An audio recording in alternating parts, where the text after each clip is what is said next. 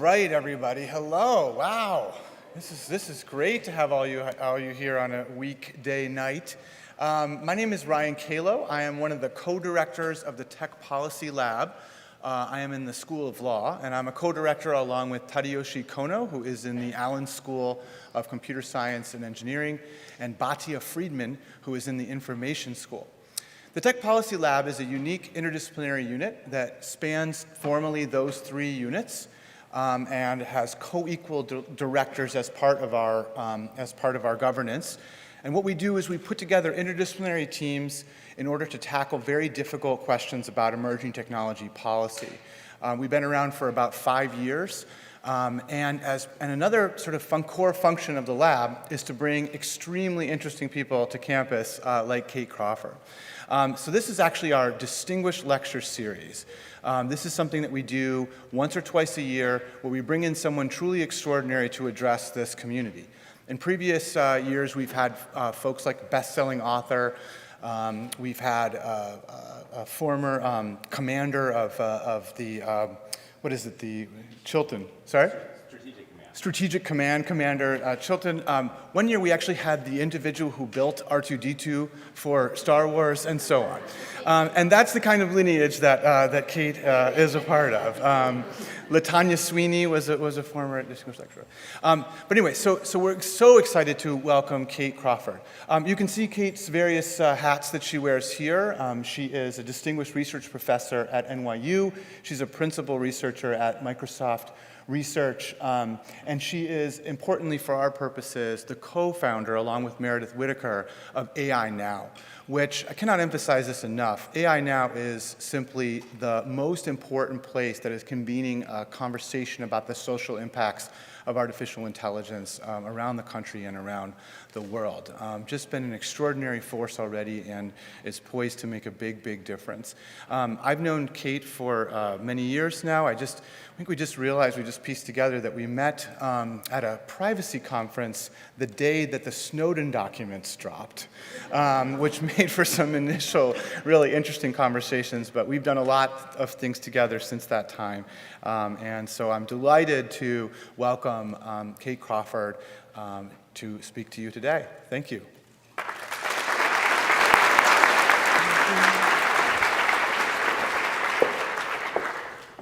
Wow. Hello, everybody. This is a phenomenal gathering. Can I just say thank you, first of all, to Ryan for that incredibly generous introduction, but also to many of you here at UW who I've got previous colleagues and postdoctoral fellows, and I've also had some extraordinary conversations today meeting with some of the students at the Tech Policy Lab, but also with a range of faculty here. And I just want to thank you for sharing the extraordinary projects and ideas that you have here. I think it's an amazing time to be at this university. So it's a particular honor for me to come and join you and share some of my thinking and research. I also want to say a big thanks to Ryan and to Bhatia and to Yoshi for putting together this extraordinary series. I can't promise R2-D2, but I'm going to do my best. So, basically, to give you a bit of a sense of who I am, my name is Kate Crawford. So essentially, for the last 10 years or so, I have been studying the social implications of large-scale data, machine learning, and artificial intelligence. And I think we're rapidly approaching a type of inflection point where these technologies are starting to move into so many of the systems that are touching our everyday lives. I'm talking about criminal justice, healthcare, education, and immigration.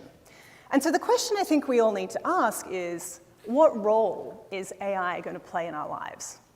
And I think the first answer to that is, well, it already is here. It's already having an impact on the news that you see, on whether or not you get pulled aside at TSA, on whether or not you get a job, or whether you get out of jail. So in essence, we're talking about a set of technologies that are already, in effect, participating in our social world. But what does this term artificial intelligence actually mean? Because with something this hype-laden, I really want to back it up and just take a little moment to reflect on what this sort of concatenation of terms is referring to. Because we have to remember that this term artificial intelligence has actually been around since 1956 at the Dartmouth Conference, where a group of men, and yes, they were all men, decided to gather together and try and emulate human intelligence. And since then, we've had these waves of interest in AI, and then we've had these AI winters when everything seemed to not work. But something really changed just in the last 6 years, and we've had this huge uptick in capacity. And why is that? Well, basically, it's around three things that have happened. One is really cheap computational power. The second is, of course, just better algorithms. And finally, a vast pipeline of data, primarily being collected by a small handful of tech companies. So basically, since 2012, we've seen this revolution in computer vision due to the advent of convolutional neural networks and deep learning. And I'm going to be throwing terms like this around, but in the end, the most important thing to know is that when people talk about AI, they're basically talking about a constellation of different techniques, of which right now, machine learning is the dominant subset. But AI isn't just technical approaches. It's also a set of social practices, how humans are being classified into categories, how we're understanding the society that we live in, how we're prioritizing the types of problems that we're choosing to work on in labs. All of these issues are also powerfully shaping what AI means today. So we know that now AI is both technical and social. And I see this rise of AI in this current phase as being every bit as significant as the rise of computation itself, or if we want to go back to the rise of mass media in the early 20th century. But amongst the very real excitement about what we can do with these sorts of technologies, we're also seeing what I would say some pretty concerning problems as well. We have forms of bias, stereotyping, essentially unfair decision-making, and this is being found everywhere from machine vision to facial recognition to natural language processing. So how does this happen? Well, right here, I'm showing you a series of images that come from a standard training set that's used in machine learning applications. And training sets like these, which are essentially comprised of thousands of images, sometimes millions of images, are really how machine learning systems are taught to see the world and understand the world. But these sets are made of data that was selected and often just uploaded to the internet by thousands of humans over the last decade plus. So we are training contemporary AI systems to see through the lens of our own histories and of our past. And that can create some of the serious problems that I want to address tonight. So you've likely seen several high-profile stories about bias in AI. You might have heard about the one where women are less likely to be shown high-paying jobs. We found that out thanks to a CMU study. You might have heard that there is gender bias in machine vision data sets, and also that there are now racial disparities in education AI systems. But I want to make something really, really clear from the very beginning of this talk, that none of these issues are new. Ultimately, they're not specific to AI, although I think the scope and the scale is definitely changing. These are essentially technologically amplified versions of existing problems like poverty, unequal access to housing, to credit, and ultimately as well, ingrained forms of sexism and racism. So the legacies of inequality are living on in our digital systems, and they're now being built into the logics of AI itself. So let's take a really recent example. Who here downloaded and had a go of Google's art and culture app? Put up your hand, be brave. Okay, so about half of us. Count me in. So essentially, if you haven't seen this, this was an app that offered to match your selfie to a painting or a photograph from art history. And this was hugely popular. It shot to the top. It was like #1 in the download store. And it was really fun to go, oh, here's my selfie. You know, what does it look like? But it didn't take very long until people started to see problems like this, which was ultimately that some people were being represented much better than others, because Google's art history database, unsurprisingly, was heavily skewed towards Western art, and primarily it was by white male artists. And therefore, women and people of color were getting these much more stereotypical types of representations. But this comes from a lineage of similar errors. This is an example of Nikon's early camera software, which was only trained on white faces, so you can see that it's mischaracterizing Asian faces as always blinking. And then we had Hewlett-Packard's algorithms, which couldn't even recognize people with dark skin tones. And then there's gender bias. So if you do an image search for CEO, you're going to see lots of white dudes in suits. And I just tested this a couple of months ago in the lab, just to see, because I was kind of really curious, like, who is the first female CEO going to be? Make a little guess. Who might it be? Yep, you'd think. Who else? Anybody else? It would be another good choice. But actually, it was CEO Barbie. You can see over here in the bottom right-hand corner. Yeah.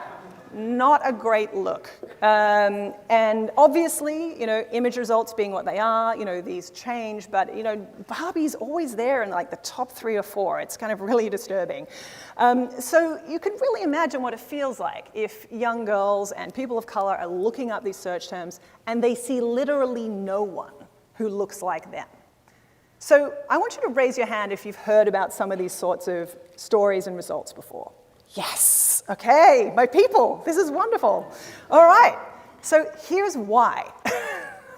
I love this diagram. This is by Moritz Hart, who is himself a fantastic researcher when it comes to fairness in machine learning. And as somebody who's been doing this for several years, I have seen this extraordinary thing happen in just the last 18 months. This massive uptick, where initially it was, lol, fairness, why do you care about that, to, oh crap. There is a major problem here. And I think this surge in interest is completely justified, basically because machine learning systems are starting to impact millions of people every single day. So bias matters. And here's an example of all of the leaders in the AI industry who are now starting to say this is one of the biggest problems they face. We've had the head of Google AI, we've had the CEO of Microsoft, and we've had one of the co-founders of DeepMind all say that this is a core problem for the field. But guess what? Science to the rescue. Just as people are starting to recognize the bias problem, we're already starting to see stories like this, that science has cured biased AI. Right. Well, this kind of reminds me a little bit of what was happening 5 years ago, when we were told that data is neutral. What are you worried about? When, of course, it's anything but. Now the version goes, data can be neutralized. We're neutralizing data. And I think while it's incredibly tempting to think that there's going to be a technical silver bullet solution to the problem of bias, it's not going to work. Because here is the problem. Bias in systems is most commonly caused by bias in training data. And we can only gather data about the world that we have. So what that means is that we have a long history of discrimination that is being essentially recognized and reflected by the systems we build. That will be the default tendency of the machines that we build with this sort of training data. Because in reality, the problem of bias runs much deeper than I think is normally admitted publicly. And so that's why I think it's time to start talking about bias in AI as a very hard challenge. Because if we seek out the quick fixes, I think we're not only going to miss the bigger problem, but we could actually start to make things a lot worse.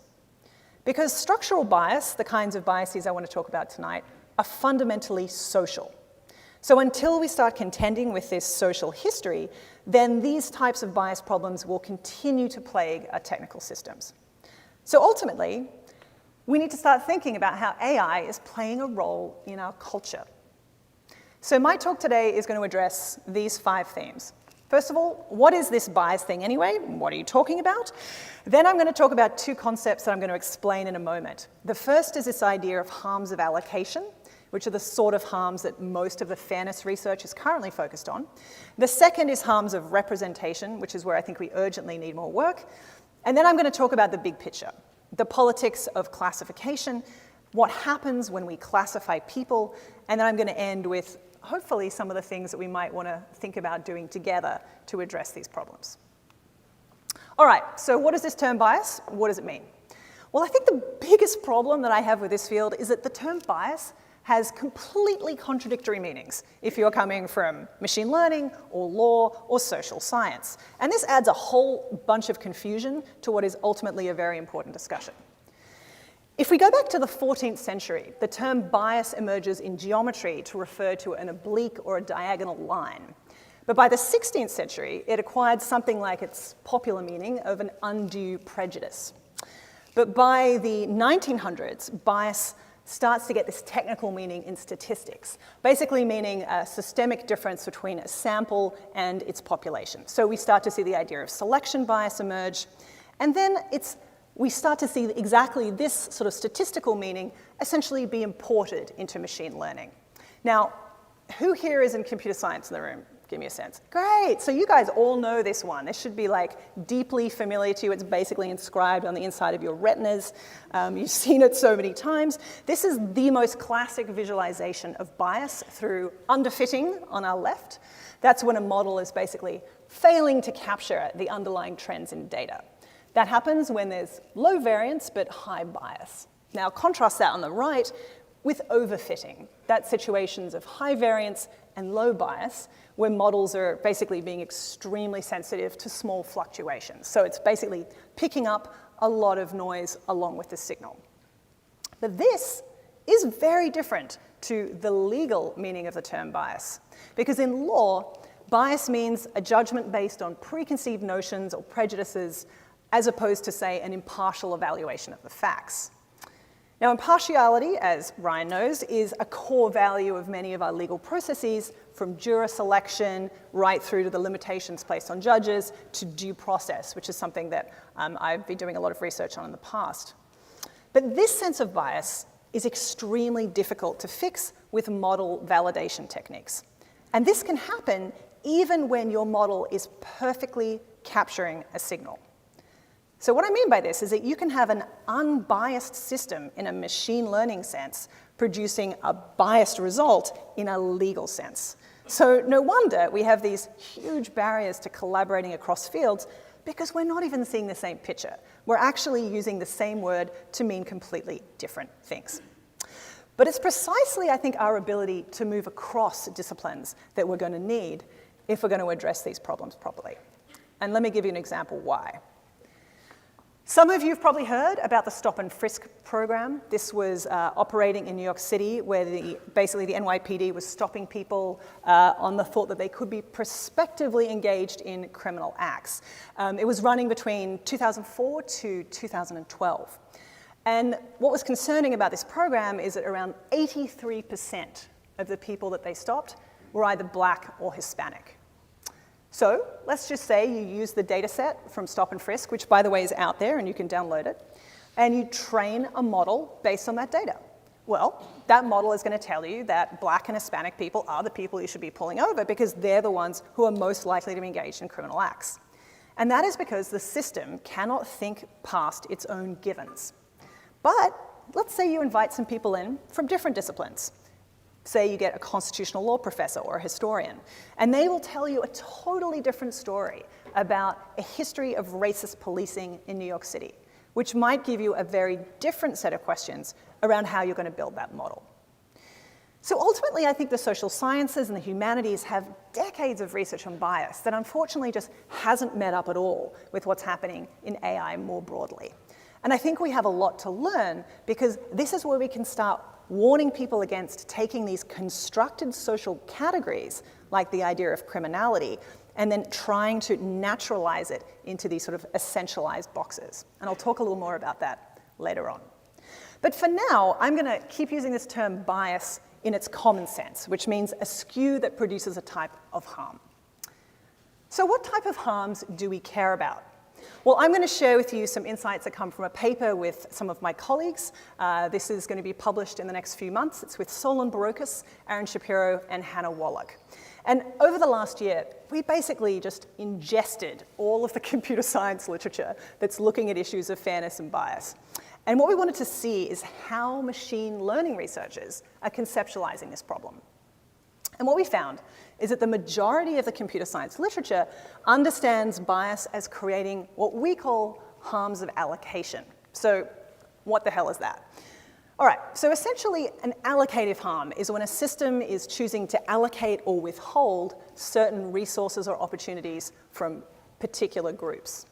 So this is very much an economically oriented view as it sounds, and it's centered on harms when people are like denied a job or denied a loan or you don't get health insurance. An example here would be, say, if you build a mortgage support app and it continually denies loans to everybody under the age of 30.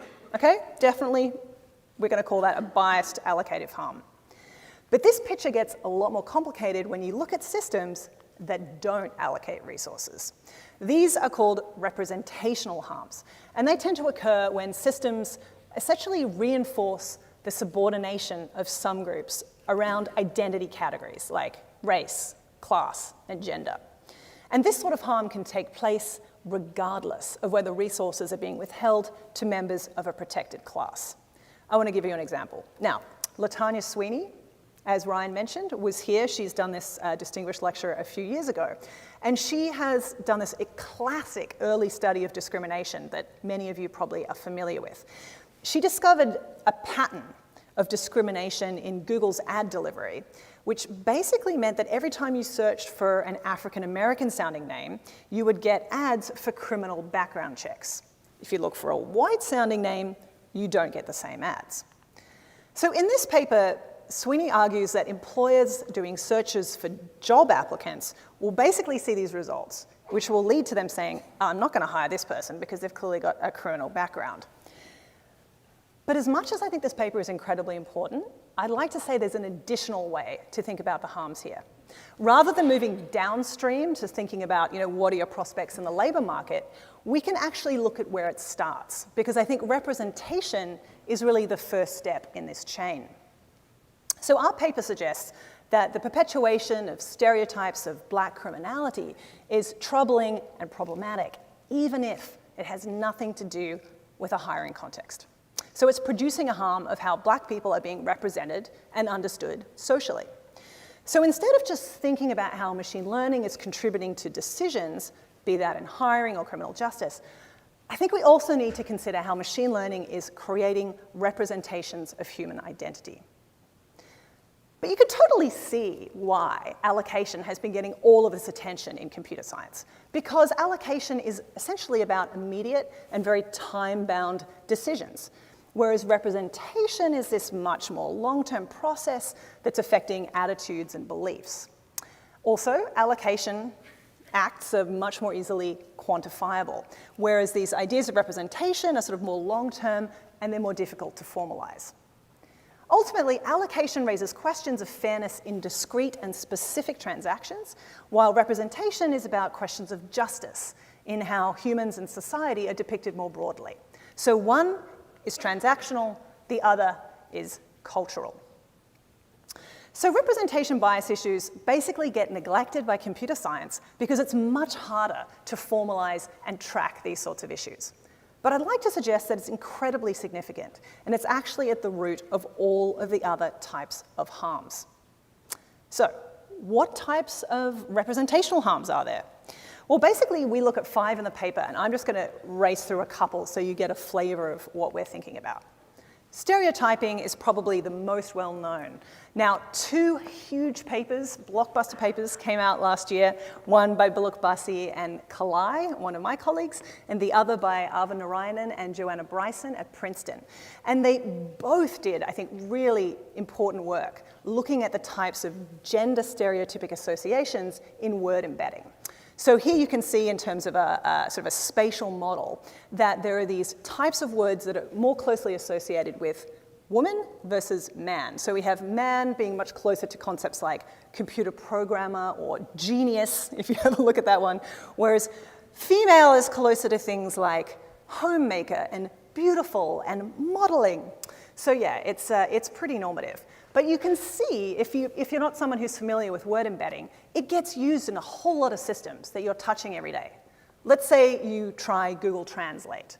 So this is a fantastic example that Arvind has been pointing to. So essentially, if you put into Google Translate in English, translate it to Turkish, which I'd like to point out is a gender-neutral language, okay? So it doesn't have gender-specific pronouns.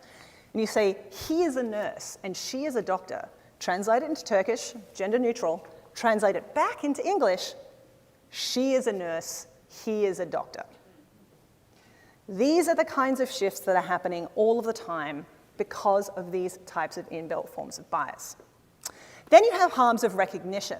Now, generally speaking, that occurs when a group is being erased or made invisible by a system.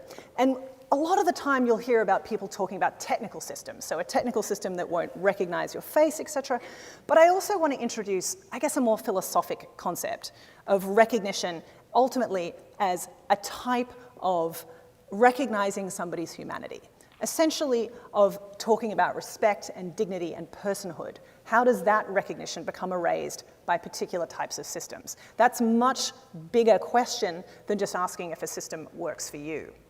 Now, you might have seen a huge slew of stories that blew up 2 weeks ago when Joy Buolamwini, who's a PhD student at MIT, and Timnit Gebru, who is my postdoc at MSR, published a paper called Gender Shades, which essentially showed that facial recognition software doesn't just work better on white people versus black people, but there's also an intersectional question around gender. In actual fact, they're performing much better for fair-skinned men and far less well for dark-skinned women. And this came out of projects that Joy has been doing for years, where she started trying to use facial recognition systems that couldn't even see her unless she was wearing a white mask. So that was really one of the moments where she said, okay, there are some problems occurring here around recognition. Then there's denigration, and of course the all-time classic here is the infamous Google Gorilla example, where Google Photos was automatically labeling an African American as a gorilla. And what made this offensive isn't just that it was kind of wrong or that it failed to work, but that it was using this term that has such a long history of being used to demean people. So ultimately, understanding a problem like that goes so far beyond what machine learning can do right now. It's ultimately understanding culture and history. What we really wanted was somebody in the room at Google saying, hey guys, this label is incredibly offensive, and you kind of want to take it out, which is ultimately what they did. But it certainly points to why there's a lot of pressure in thinking about diversity in the rooms where these tools are being constructed. Now finally, underrepresentation, there is a great paper that was actually done by University of Washington researchers right here, looking at how professions are represented in image search results. So I showed you CEO, but have a look at these two. On the left, we have nurse practitioner, basically all women. And on the right, we have physicist, basically all dudes. And what I love about the UW paper is that they basically went and looked at the US Bureau of Labor and Statistics data and said, okay, even in those professions, which are really skewed to one gender or the other, it's actually worse in image search. So it's actually taking and amplifying what is already a type of skew and inequality in these professions. So what we do in this paper is basically we created a table so that you can see all of the known bias cases that have been written about against different types of representational harms. And you can see that in the case of something like Google Gorilla, it's a straight up denigration harm, whereas if we look at, say, the Bullock-Barsi paper, you're actually looking at a whole range of harms in terms of underrepresentation, denigration, exnomination, etc. So ultimately, we're trying to create a more granular and, I think, specific taxonomy of harms so that we can open up different ways of assessing and engaging with bias. So here's the $1 million question, or actually many more millions than that. What are we going to do to address these issues? Well, in this paper, we basically look at a range of technical responses that have already been suggested by the computer science community. For example, one of the most common is that we should scrub these sets to neutral. Just basically remove biased data or break problematic associations if you're dealing with something like word embeddings. But we've got to ask, which terms are going to get removed and who gets to make that decision? And an even bigger question, whose idea of neutrality is at work here? How do you actually set something back to quote unquote neutral? Because even if you try to make sure that everyone is being treated the same way, how do you deal with the fact that we've got hundreds of years of discrimination against specific subpopulations? This problem also comes up with underrepresentation. Do you go back to demographics? I mean, and again, the UW researchers showed that that's actually pretty problematic. Do you make representations adhere to current distributions in the population, or Do you show the distributions as you would like them to be? Ultimately, do you try to say, hey, we want a more equal and diverse society, let's get our image search to reflect that? Well, this is actually a really hard question, because ultimately correcting for bias in either of those ways is an intervention. You've made a decision about what you want the world to look like, and that is actually coming from a very kind of political framework, I would suggest. And I think we need to think a lot more deeply about what is being optimized for in machine learning systems. I once, in fact this was quite recently, spoke to a computer scientist who said to me that all they wanted to do was to make risk scoring algorithms in the criminal justice system more efficient. They're like, this could just be faster, we could be doing this in a much simpler way. But there is a risk here that you're ultimately just optimizing for unfairness. You're making systems better at entrenching inequality. So what if this whole focus of making machine learning systems more fair is actually preventing us from looking at a bigger issue? The fundamental ways that we need to, say, rethink the criminal justice system and cash bail, or looking at the sorts of core features that are in essence not technical questions at all, but how we want society to work. So in short, while these technical responses I think are incredibly important, and we actually need a lot more of them, they're not going to get us all the way to addressing these representational harms of human identity. Because ultimately, these representational harms, I think, exceed the scope of individual technical interventions. We are, at root, talking about how we want to represent our culture. And I think that requires a different theoretical toolkit, one that essentially technical systems cannot address alone. And that is the bigger issue that I want to talk about today. The big one is classification. Because currently, the most common approach to thinking of bias is that it's a type of pathology. It's like an error that just keeps turning up that can be fixed. But what if bias is actually a deeper and more consistent feature of classification itself? In other words, what if bias is always going to be a problem? It is an artifact of classification and is actually more of a feature than a bug of how AI works. Let me unpack that for a second.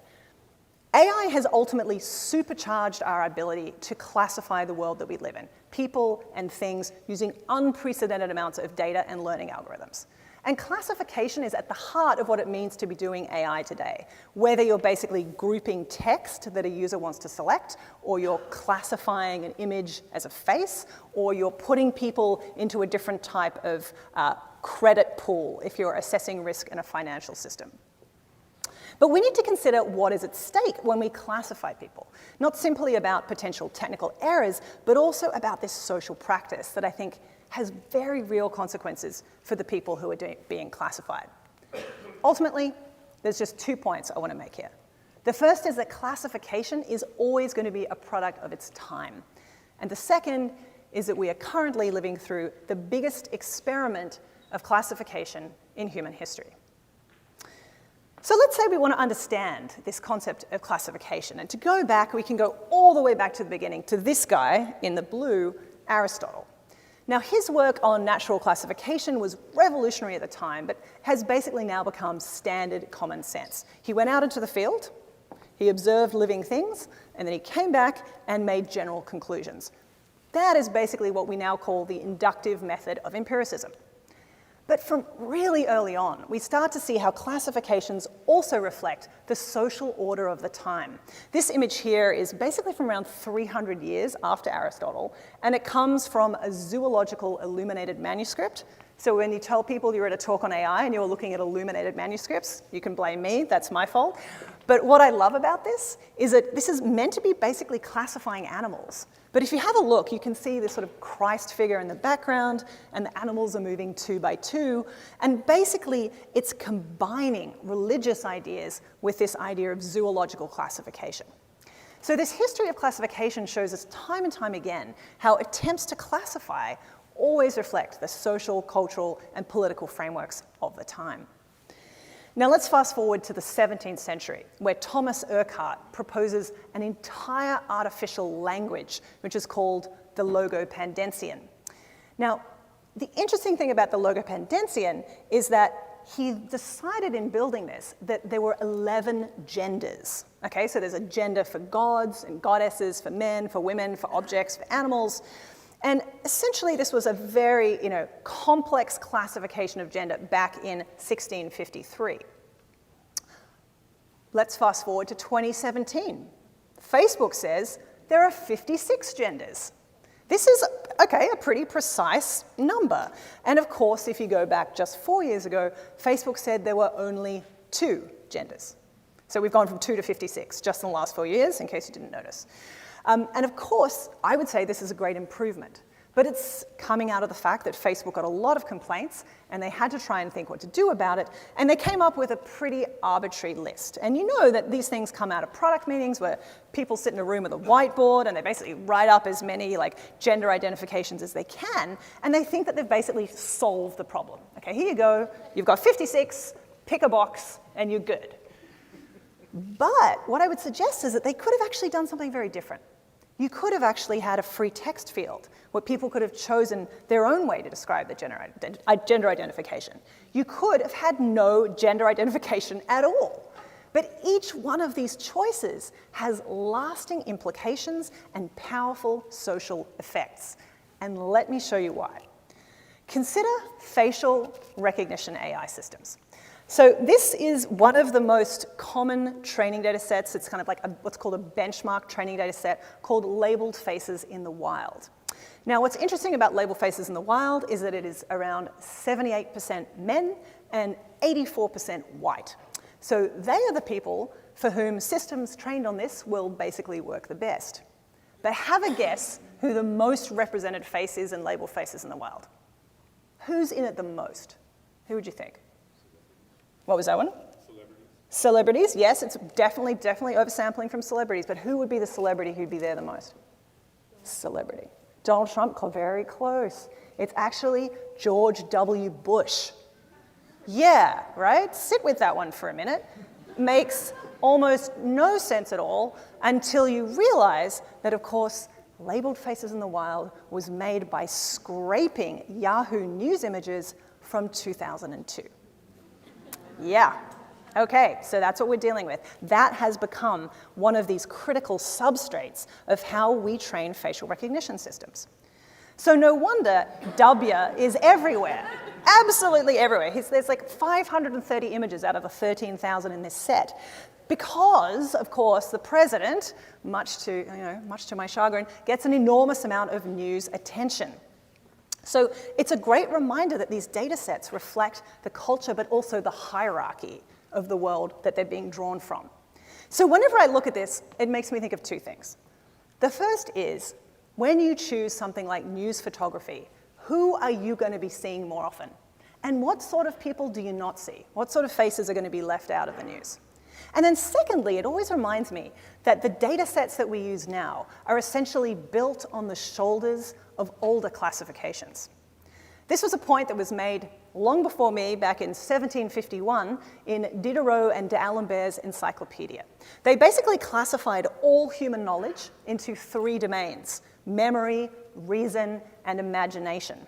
And if that seems kind of quaint and old-fashioned to you, you should know that machine learning has similarly weird, strange, and arbitrary classifications that are already having an impact on your life. For example, what if we tried to remake this, basically d'Alembert's classification, for AI today? Well, this is something that we just recently have been working on at AI Now, and it looks something like this. What we've done is we've taken the most common contemporary training data sets, and if we zoom in here, we've got people, things, and ideas, the kind of core classifications. And you can see how, you take any one of these sets, like labeled faces in the wild. It was building on faces in the wild, which was building on the Caltech web faces, which is all the way back to Ferret, which was being created in the early 1980s by DARPA. So training data sets are already conducting this massive classificatory experiment across everything from human faces to human poses, to actions, to gestures, to objects, to places, to natural phenomena.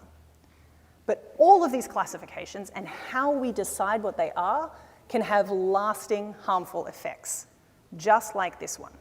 This is the cover from the Diagnostic and Statistical Manual of Mental Disorders, which was first published back in 1952, still, itself a core book which is, refreshed very frequently. It listed in 1952 homosexuality as a mental disorder. It took 30 years for that classification to be dropped. And if that seems like a long time, know that the Dewey Decimal System, which is used for basically organizing books in libraries, first lists homosexuality in 1932 under mental derangements. And you know how long it took for that to be removed? Happened just 2 years ago. That's been sitting there to be gay as a mental derangement until 2 years ago. So basically we have this deep classificatory harm where people were being classified as gay and they're being classified as having a mental disorder and being a social problem. And this has devastating consequences for the people being identified, and it's taken an enormous amount of advocacy and work to change that. But I would suggest that those harms continue to reverberate even after the worst labels are finally removed. Because as you know, history is starting to repeat itself. This is the now notorious AI gaydar paper. Who has actually looked at this paper or heard about it? Oh, this is fantastic. I love this room. All right, so this is Wang and Kaczynski's paper. It becomes hugely controversial, basically because it claimed that you could detect sexual orientation from somebody's facial image. And they did that by scraping huge amounts of images from a dating website and from Facebook, and then claiming that they had pretty high confidence bounds in predicting, first of all, whether a guy was gay was around 81%, and whether a woman was gay was around 71%. Correct me if I'm wrong, that's from memory. But this is a deeply problematic study. Now, many people in the scientific community have critiqued it from everything from the way that it's confusing cultural demarkers of how we culturally represent ourselves as gay to mark ourselves out to our communities, to try and say that it's somehow morphological or built into our face structure, that they, of course, didn't control for. But beyond these sorts of, I think, really important critiques, we need to think about the ethics of classification here. Particularly when, of course, homosexuality is itself criminalized in 78 countries, some of whom apply the death penalty. But at an even deeper level, for me, I think at the level of epistemology, there is a core confusion here. And this paper is really good because I think it points out this confusion that we're going to start to see a lot of. It is confusing social and relational categories like gayness with something naturalized and essential, like, say, labeling a chair or a cat. And I think we can see here how easily machine learning is essentially making fluid and complex social and cultural categories fixed and reified. And at the same time as doing that, they could then result in the criminal prosecution or jailing of humans, or in some cases, a lot worse. So I think our responsibility for our classificatory tools has ultimately just never been greater. So I've talked about the history and the ethics and the epistemology of classification, but now I just want to talk about how this connects to social and political struggles. And here I really want to name check Jeff Bowker and Susan Lee Starr, who are key thinkers on these questions. They looked at apartheid South Africa, and in particular this, which is called the Book of Life. Now, the Book of Life was essentially an information system that categorized everybody in South Africa into one of 4 categories. You are either colored, ooh, whoa, dramatic fall, I love it. That was beautiful, thank you. I'm gonna see if I can do without it, and we'll keep going. That's very good, woke you up, right? You are either colored, Indian, white, or black. I really smashed this one, that was great. And ultimately, this decided a whole lot of things about your life. It would determine who you could marry, what job you could have, where you could live. And it was also really oddly determined. They decided what category you were in based on your appearance and your general repute. So try and think what could go wrong there. This is a very famous jazz musician called Vic Wilkinson. And he was recategorized in this system 5 times in the course of his life. So each time changing where he could live, what sort of jobs he could have, completely disrupting his family. And ultimately, as Bowker and Starr show, this type of really arbitrary classification, I think, shows the really deep instability of all of the social categories we've been talking about tonight. Criminality, gayness, etc. That all of that fluidity is lost in a technical system that seeks to fix you into one category or another. Fast forward to 2016, when Wu and Zhang's paper comes out claiming that it could predict the likelihood that somebody would be a criminal based on nothing but a picture of their face. Now, they claim that this is a form of bias-free criminality detection. And I'm pretty sure that I found the algorithm that they were using. It looks a bit like this. You take untrustworthy data, shove it through a deep neural net, and out the bottom, infallible results. It's such a good one. Of course, I'm being a little bit cheeky here, but ultimately they are making this type of argument. Because nothing could be further from the truth than to say that this bias-free criminality detector doesn't itself construct this social category of criminality, which is disproportionately given to people in marginalized groups, and then claiming that it's somehow physically inherent. That is a massive red flag to me, that this is not free of bias. This is just bias hard-coded. And of course, all of this type of face-based prediction has happened before. Phrenology and physiognomy, those debunked sciences, pseudosciences of the 19th century, had this particularly nasty history of being used to justify the unjustifiable, from slavery to the race science of Germany in the 1930s.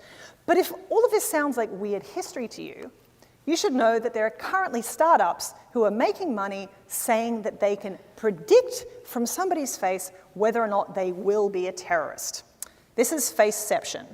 And as you can see, it should be exactly no surprise that it's the slightly Arabic-looking guy that is the terrorist. So these claims of predicting if somebody is gay or a criminal, I think, should be deeply suspect to all of us, because I think there is a fundamental epistemic confusion at the root. Moreover, I think these papers are being released at a time of rising political populism, when many people in power would love nothing more than to have a completely unaccountable system of classification and control. And as one of the founding fathers of cultural studies once said, it's when classification becomes the object and disposition of power that we really need to be concerned, because these classifications will determine who gets advantages and who will be deprived. So what are we going to do about this, guys? This is a big and I think a pretty gnarly problem. And how are we going to ensure that AI doesn't reproduce the damaging social effects that we've seen in these classification systems of the past? I'm going to talk about 3 paths forward, from the most narrowly scoped, I think, to the biggest. So let's begin with this one. Basically what I'm calling fairness forensics. I think we really need much stronger mechanisms for assessing, understanding, and intervening in algorithmic decision-making systems. Now, this can include everything from pre-release trials. It kind of baffles me that a lot of these complex systems are released into the wild without ever going through extensive pre-release trials.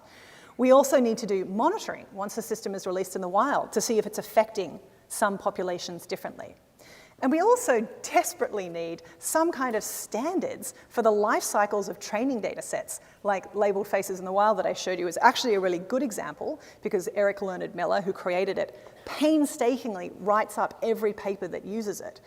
But we do need these standards of measurement that will essentially start to think about different types of representational harms, because only then will we know how something is working and how it might be failing. Another thing we've been working on at AI Now is algorithmic impact assessments.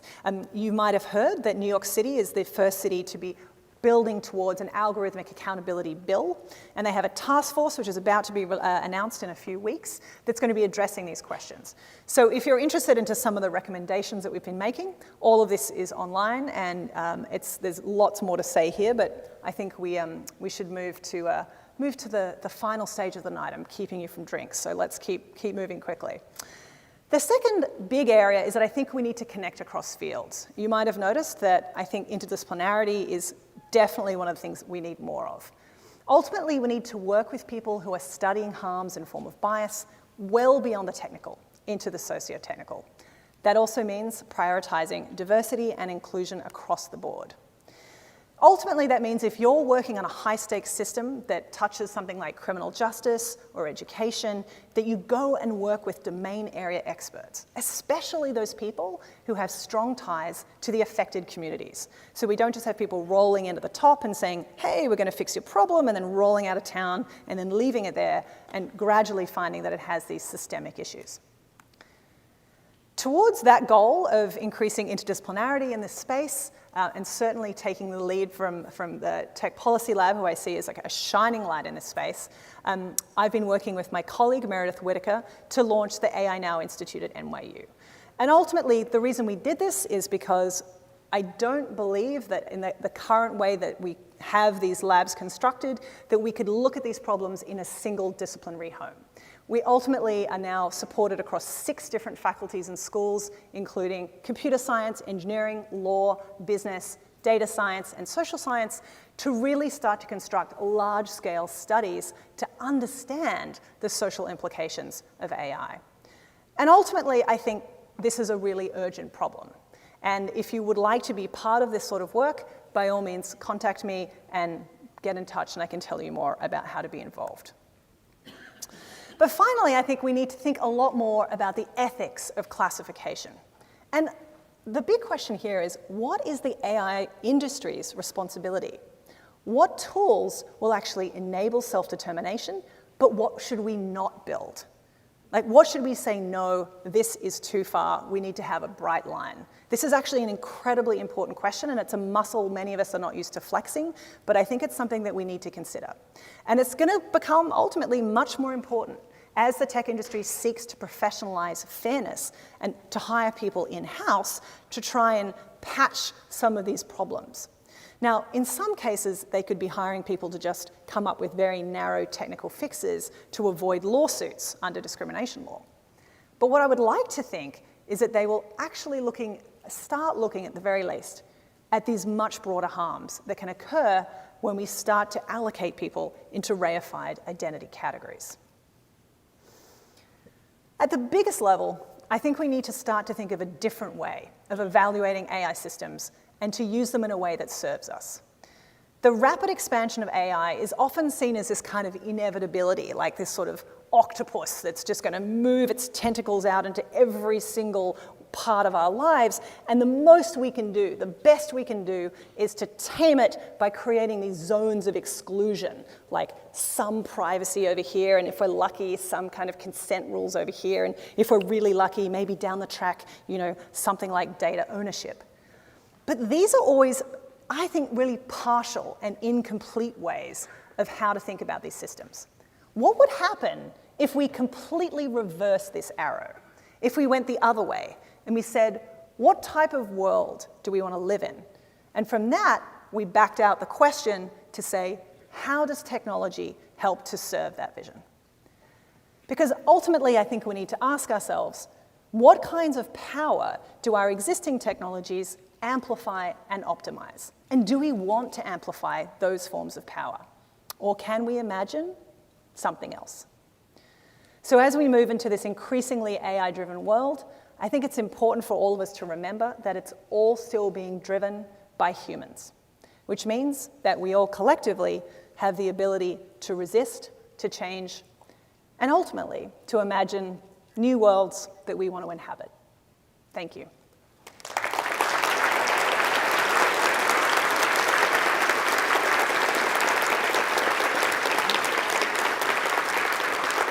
Mind taking a couple questions? Yeah, we can take questions. Yeah, if folks have questions, I think we have a couple of microphones set up on either side here. So if there's a couple of questions for there's one just there. I think there's one, just there, and maybe one on the other side too. Thank you very much. And we finished on time. It's like a miracle. It is a miracle. Just raced you through everything. Great. So who's brave?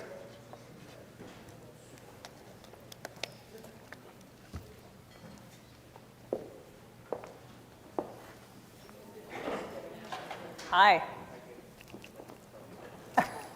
You may need to speak loudly if the mic isn't working. There we go. I can hear you. Wonderful. Fantastic talk.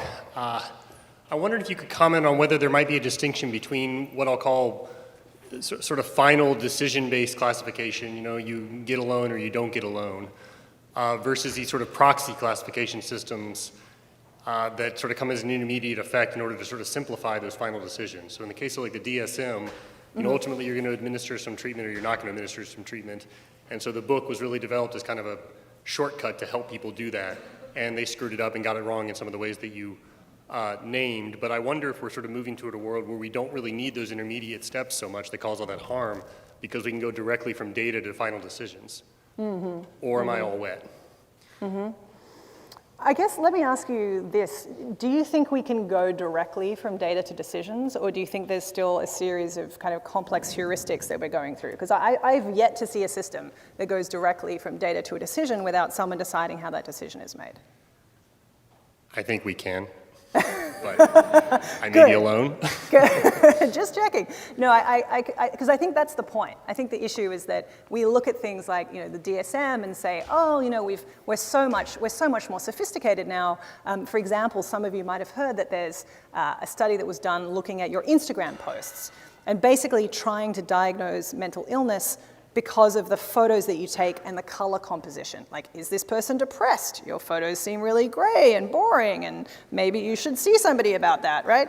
But you know, what I find really troubling about those kinds of studies and ultimately types of tools that are being used and hopefully, you know, in some cases being critiqued, is that they come from this place where is the evidence for thinking about the kinds of clinical practice that we're assuming in those studies? But even in that example, that's an intermediate classification of this person has a mental illness or doesn't. Yeah. They're not about to act on that decision. At some point, there's a necessary classification at the very end of the road where somebody says, "Am I going to hand them this pill or not hand them this pill?" Yes. That's you can't get away from that kind of classification. That's right. And so what I'm suggesting is skip that. That's another example of one you can skip. Don't try to classify them as either having a mental illness or not. Mm-hmm. Try to learn what is going to actually help that particular person's outcome or not.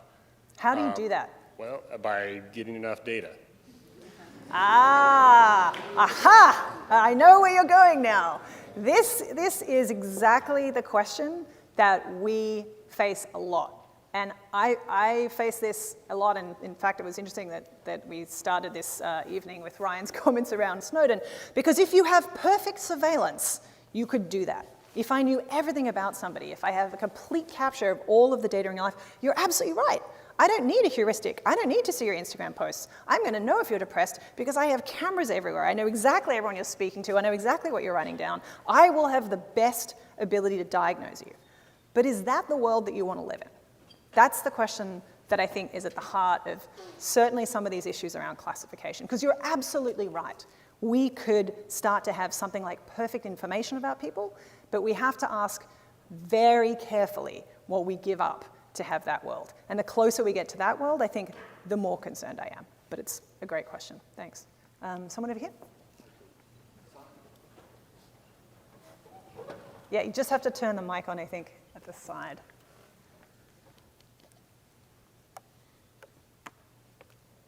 Thank you. Great talk. My question is how we think about the questions that you're posing in terms of what type of world we want to live in, given the unique geographic context in which AI is being developed. Yeah. So I noticed that most of your examples, for instance, are of companies that are based, obviously, in the US. Most of your historical examples around classification are related to, you know, Western culture and the development of Western civilization, or at least the spread of Western values to other parts of the world. Yet when it comes to artificial intelligence, a lot of the developments occurring in cultural contexts that aren't, you know, uniquely Western. Yes. Which means that the classification systems are going to be different. Yep. In some cases, it's also being backed by governments with very different visions of the world than governments in the past or companies that you referenced. And so I'm wondering how you think about having this conversation not only across the Atlantic, but across the Pacific as well. I love this question, and I think it's incredibly important.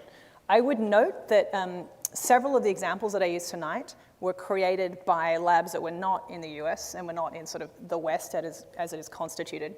And certainly the sort of the criminality detection paper is coming from China, et cetera. But you point to a bigger and I think really important question, which is that we're moving into a phase in AI development where there is an enormous geopolitical rift between what is happening in the US and what is happening in China, and then what is happening in the rest of the world, which in many ways is being construed as a type of just like series of client states. Because if you look at the countries that are spending huge amounts of resources into really driving the AI industry, it's really the leading two are the US and China, and everybody else is a long way behind from that. So then we have to start asking questions about sort of different cultural histories, different values, and different structures of government.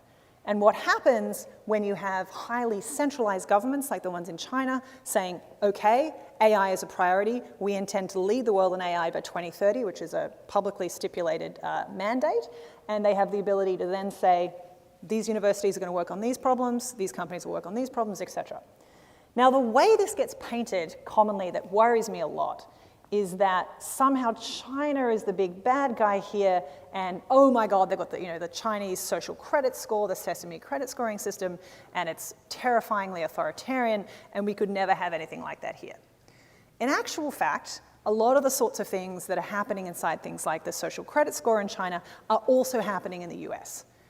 We were talking just last night about, of course, the Facebook patent that you could get credit, you could get a loan based on the people that you're friends with in your social network. And that if your friends are wealthy, you can get a loan, but if your friends are poor, then sorry, you don't get a loan today, right?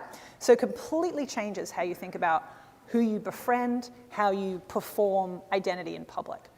So I'm actually concerned about, to some degree, I think there are cultural variations here, but I also think there are a set of shared problems that are coming across these two domains. Now, it's really very, very early, and I'm not in a position, as somebody who hasn't spent a lot of time studying the Chinese AI industry, to say what those shared concerns are. But from what I'm seeing across the product development world, I'm having concerns about both. It's not as though I'm saying, oh, well, the US has got this figured out, this is fantastic, but China's a problem, or vice versa. I think what we're seeing is a set of issues that are replicating across systems because of shared problematics. But it's a great question, thanks. Hi. Thank you for the excellent talk. Oh, are you next? Over here, brilliant, hey. I don't know the last time I saw illuminated manuscripts and Diderot's encyclopedia in the same moment. It is my pleasure to bring them to you. I really enjoyed that. As an academic, as a graduate student, I'm here, all for these ideas of thinking about ethics, thinking about what should we not build, how to make our AI, better. But I'm also worried about the, money is power sort of thing, that the folks who are currently benefiting from these classification systems are the ones who have the money, and they have the power to say, we want more money. And so how, outside of academia, where we've decided that we pursue lofty goals for less money than we otherwise could, do we convince folks to give up some of their power, some of their benefits from this unfair system? Yeah. This is a really good one. And it's, again, the sort of conversation we would probably have over multiple beers. But let me give you one version of this. You are absolutely spot on. What you are seeing right now is the biggest feeding frenzy in the AI industry to hire people out of academia. So this is a very big problem in the sense that academia has just lost a whole tier of its sort of big leaders in machine learning, for example, that have just all gone to industry. And it's concerning because, of course, we already have a highly concentrated AI industry. It's a small handful of companies that can really do this at scale. So I think academia has a real problem in saying, hey, we're going to pay you less. You aren't going to have the same massive data sets to play with. Oh, yeah, and all of your colleagues have left. But hey, stick around. This is a really hard case to make. So I actually think it's incredibly important to start thinking about what is it that universities do that you cannot do in industry. And this is actually part of the stuff that I think is really important in terms of things like why we constructed the AI Now Institute in the first place. Because I think universities are still the best places to go if you want to understand these systems at scale and you want to critically intervene. If you want to change the way that people are thinking about these systems, if you actually want to say, hey, here's how things might actually be going wrong, or if you actually want to do the kind of work that I hope many of you do, which is to do empirical research, essentially understanding these social implications directly. Very hard to do that inside technology companies as they're currently constituted. Actually, in academia, you have an enormous amount of independence, criticality, and freedom of speech where I think this work can really happen. But it's going to be hard, and I think it's really important not to kind of gloss over the fact that we're talking about a lot of money and a lot of power being centralized in a very small set of industrial spaces. It's a great question. So on a related note, and maybe following up a little bit, I've sort of maybe pessimistically decided that some of it comes down to economic sustainability, and the people who have the resources to work on this are the people driving it. Yes. What are your thoughts on how should we break that cycle, or is there some sort of economic incentive that we might think about? So do you mean an economic incentive for companies to think about this differently? Yeah. You mean like, the say, idea of, regulation? whether it's That's regulation a or pretty something big else. incentive. Yeah. Are you talking about are you talking about market-based incentives or government-based? Yeah, to some extent, the idea that people are optimizing for profit as the metric of interest and maybe not social well-being. Yeah, absolutely. Well, I think that's absolutely fair to say. And look, there's a long answer, which we could go into the history of the corporation and corporations getting the status of persons and the fact that companies really have a prime directive, which is to increase shareholder value. And that means, yes, they are going to be motivated by profit. That's what companies do.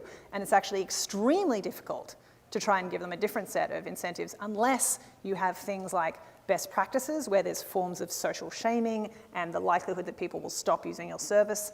That's really hard to say in systems like this, where in many cases, you're not even aware that you're actually feeding an AI system, or you may be reliant upon it. I mean, we could here talk about phones, Facebook, et cetera. But the other thing is regulation, and I think regulation is being discussed seriously for the first time in a long time, not because of the US context, for the very obvious reason that there is currently an administration that shows exactly zero interest in regulating anything, apart from the occasional tariff. But we are talking a lot about Europe.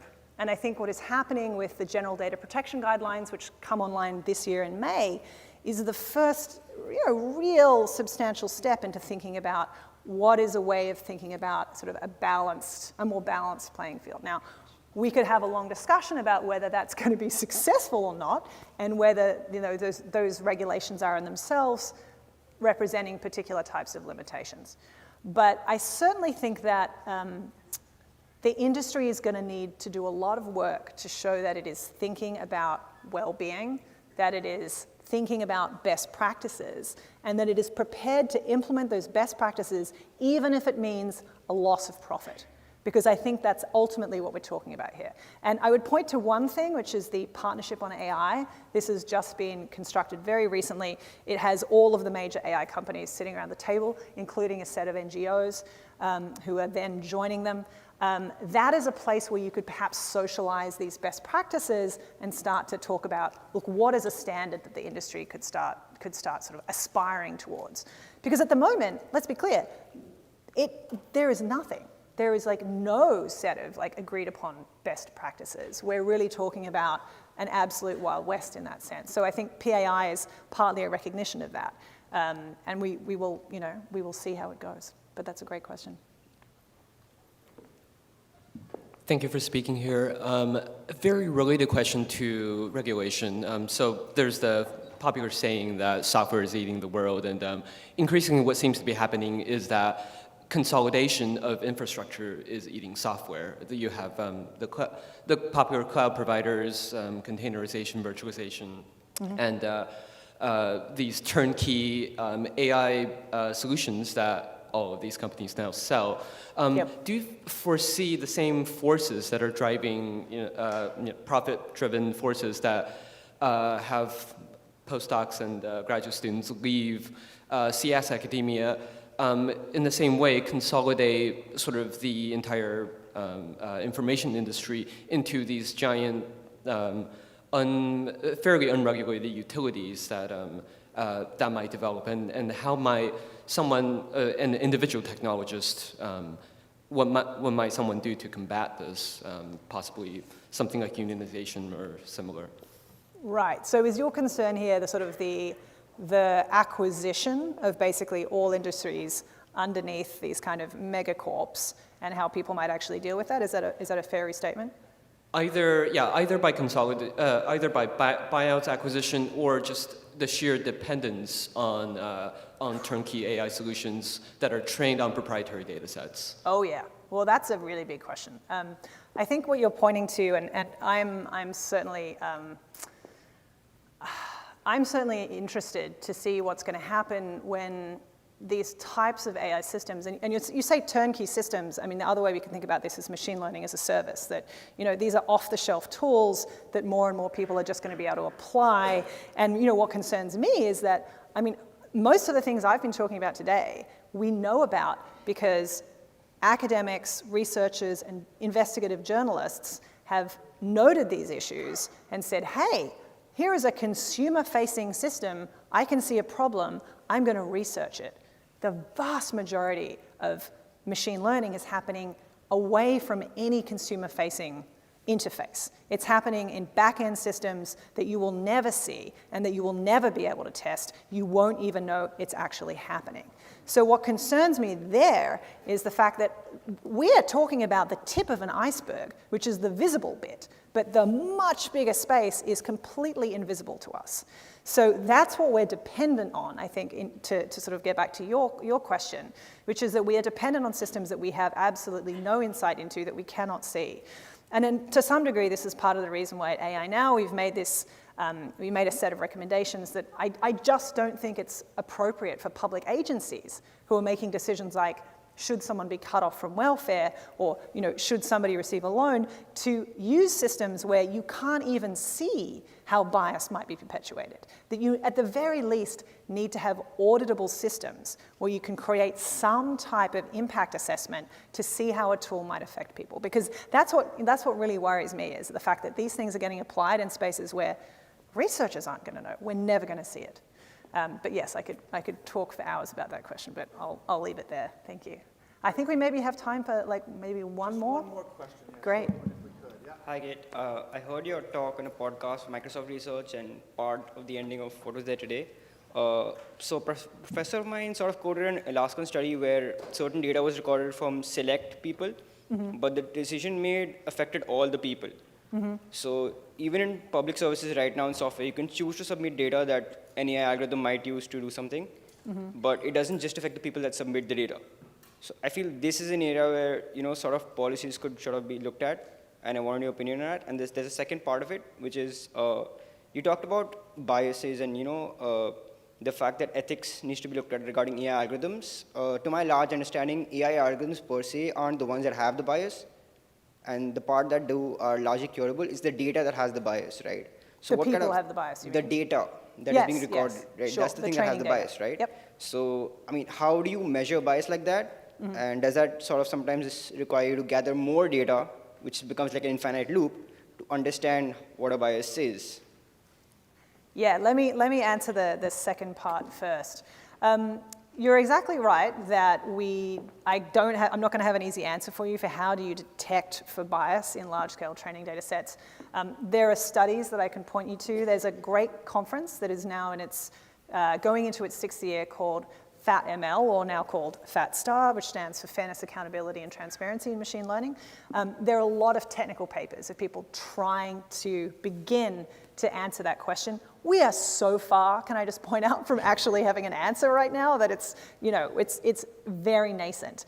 But one of the things that I've been working on with Meredith Whitaker at AI Now is looking at one part of that problem, which is how do you think about data provenance? How would you even begin to start to classify where a training data set came from? We don't even have basic information where you could say, oh, well, this training data set was gathered in this year.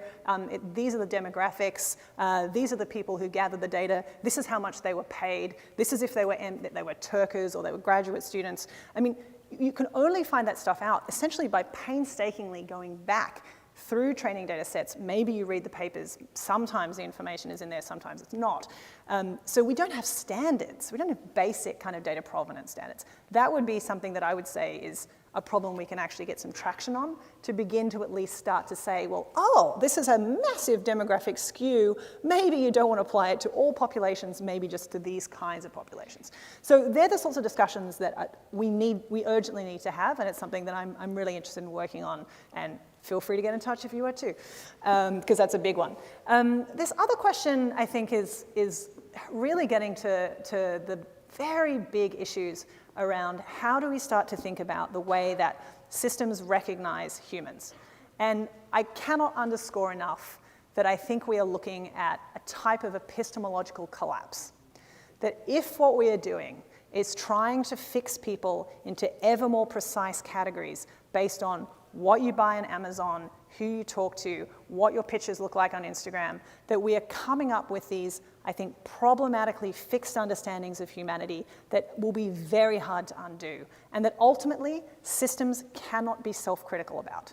That we will be trying to essentialize and naturalize things that are essentially cultural. And that is where I think our biggest problems are emerging from. Thanks for your question. And thank you all. Thank you so much, Kate.